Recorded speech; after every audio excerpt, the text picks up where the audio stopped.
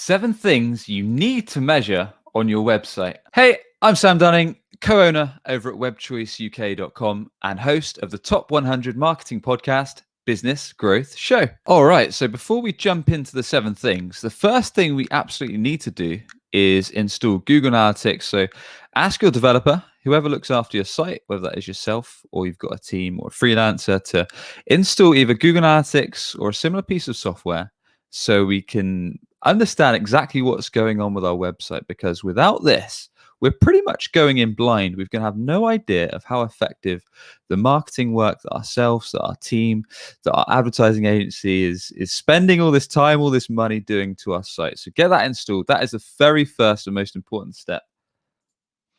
Once you've done that, what you want to measure, the very first thing you want to measure is your traffic volume. So you can have a good idea of how many people coming to the site in terms of visitors. You can break that down into unique visitors. The good thing about things like Google Analytics is you can break this down into traffic per day, per week, per month, per year, and you can literally go into the analytics and filter it by whatever time frequency you want. So you've got a good starting basis to understand where you're at right now.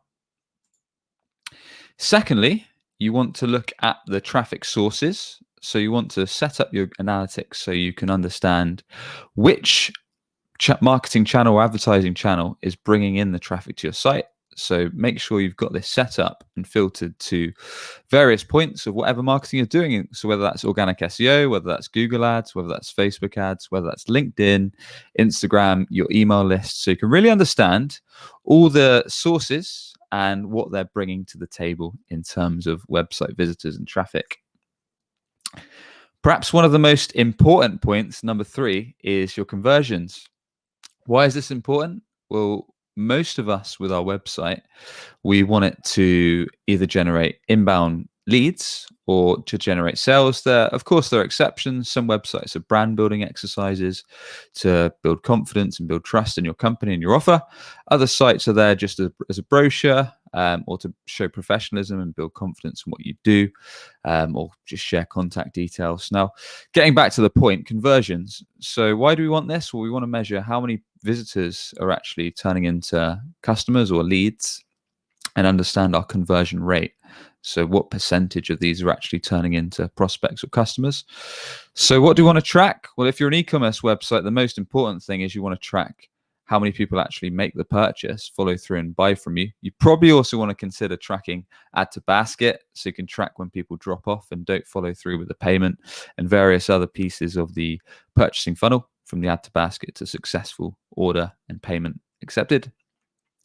If you're more focused on lead generation with your website, then you want to make sure that you're tracking all these points, such as whenever someone clicks to phone you on the mobile, whenever someone fills in an inquiry form or a demo form, or if someone signs up to your email list, or if they download an ebook like a lead magnet. So make sure your developer sets all these points as a conversion point on your analytics, or if people sign up to a list, or if they start a chatbot. So basically any way that someone can purchase from you or get in touch or contact you, you want to be tracking and set that as a goal on your Google Analytics. Fourthly, the bounce rate. What's a bounce rate? Well, a bounce rate is anytime someone goes onto your website homepage and goes away, goes to another site or clicks off your window. Typically, you want the lowest bounce rate possible.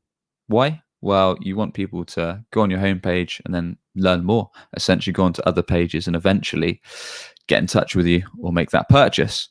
How can you improve your bounce rate? Well, a few quick tips are having a fast mobile page, fast page speed in general. So making sure your website loads ideally under 2 seconds.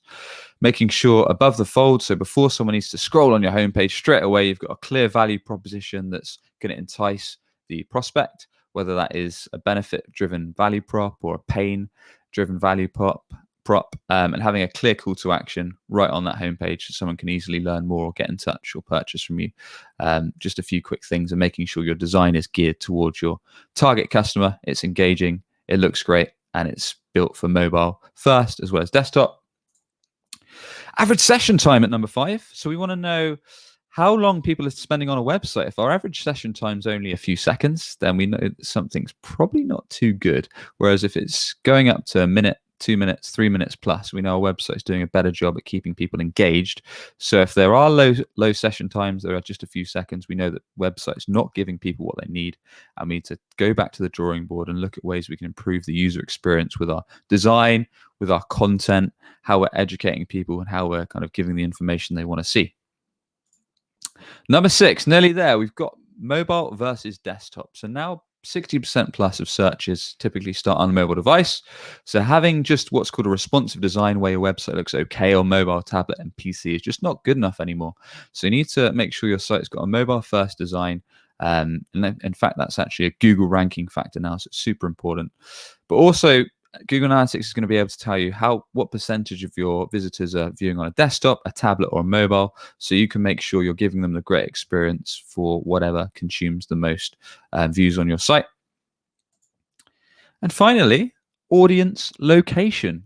So why is this important? Well, most of our businesses, as a business, we have a target location, i.e., perhaps with Web Choice, we're targeting several countries. We're not just targeting the UK. We work with brands all over the shop, but you might be honing in on a certain city or several cities or several counties. But if you look into your analytics and all your traffic's coming from other countries or other locations or counties that you don't target, you know something's wrong. You need to refine your marketing so you can use that intel to really understand what's going on right now and what gaps you need to improve in terms of your perhaps ad targeting or your SEO targeting or the marketing that you're carrying out. And there you have it. Those are the 7 things you need to be measuring on your website today. It's so important that you understand your website's performance, because if you don't, you really can't know how well your marketing time or your marketing money, your advertising spend is going, what's going on your website, what your conversion rate is, and ultimately how hard your website is working for your business. So get those analytics installed right now, or get your developers to do it so you can know where you are now and then understand what needs improving. With that, hope you enjoyed the episode. Be sure to hit that subscribe button, and we'll catch you on the next episode. Cheers.